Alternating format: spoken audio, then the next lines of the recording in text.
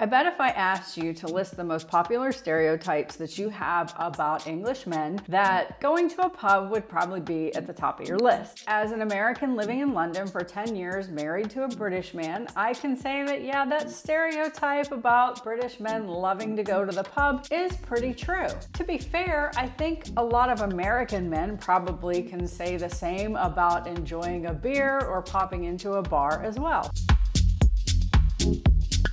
This video is definitely about culture, specifically pub culture, because that is different in comparison to America. Over the years, I have heard so many excuses from my husband and other people I encounter for reasons to go to the pub. But to be fair, it's a lot more of a social experience here than it is in America. My husband suggests you watch this entire video in case you want to borrow any of these excuses, and he also wants you to leave in the comments anything that you've used that he hasn't thought of. We'll start on Wednesday. You could say, well, it's Wednesday, I've made it halfway through the week. Then there's Thursday. If you want to go to the pub on a Thursday, of course you could say, Thursday's the new Friday. On a Friday, you could say, well, it's Friday, you survived a hard week. On a Saturday, you can say, well, it's the only true day that you're free. Now, when it's Sunday, you already have a great excuse to go to the pub because it's very likely they have a great Sunday roast. However,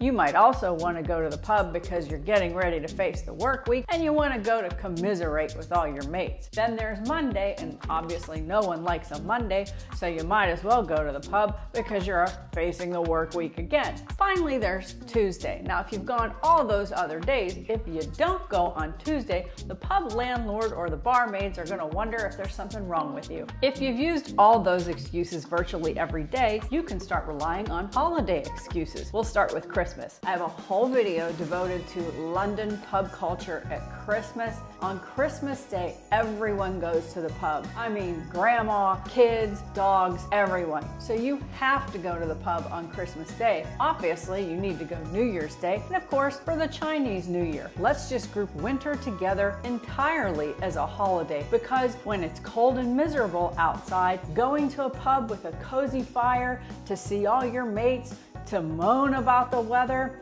is a perfect excuse. Starting to move out of winter, you have Valentine's Day, where you're either at the pub because you're with someone you love or at the pub because you don't have someone to love. Next is St. Patrick's Day.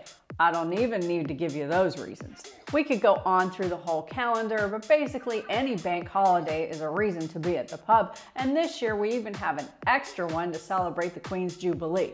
Around all these holidays, of course, are birthdays, so you have to go to the pub if it's your birthday, if it's your wife's birthday, if it's your friend's birthday, or if it's the birthday of someone with whom you work. It could actually be your half birthday. It could be your dog's birthday. It could be your cat's birthday. It could be your friend's cat's birthday.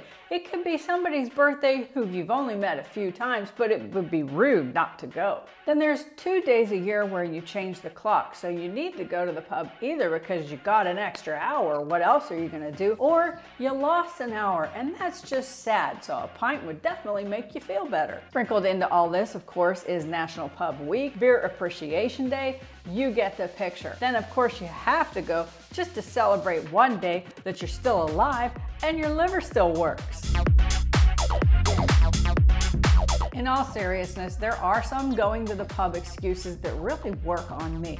The first one is when Mr. Sunny says, well, if we go to the pub now, there's probably tables available. That's a really good one. Hey, why don't you get off social media for a bit and come up the pub with me and interact with some real people? And then other times he'll reverse it and say, if you come up the pub with me, I'll buy a few rounds and you can make some TikTok videos. If you're interested in my social media, all the links are below. When you're on social media as much as I am, you are bound to bump into some negative comments, and reading through those definitely makes you want to go up the pub and drink. So when you're leaving comments, please be nice. It would be great if you could let us know if you've used any of these excuses before, or if there's some new ones that you can add that we haven't thought of. And of course, I'll see you either at the pub or in the next video.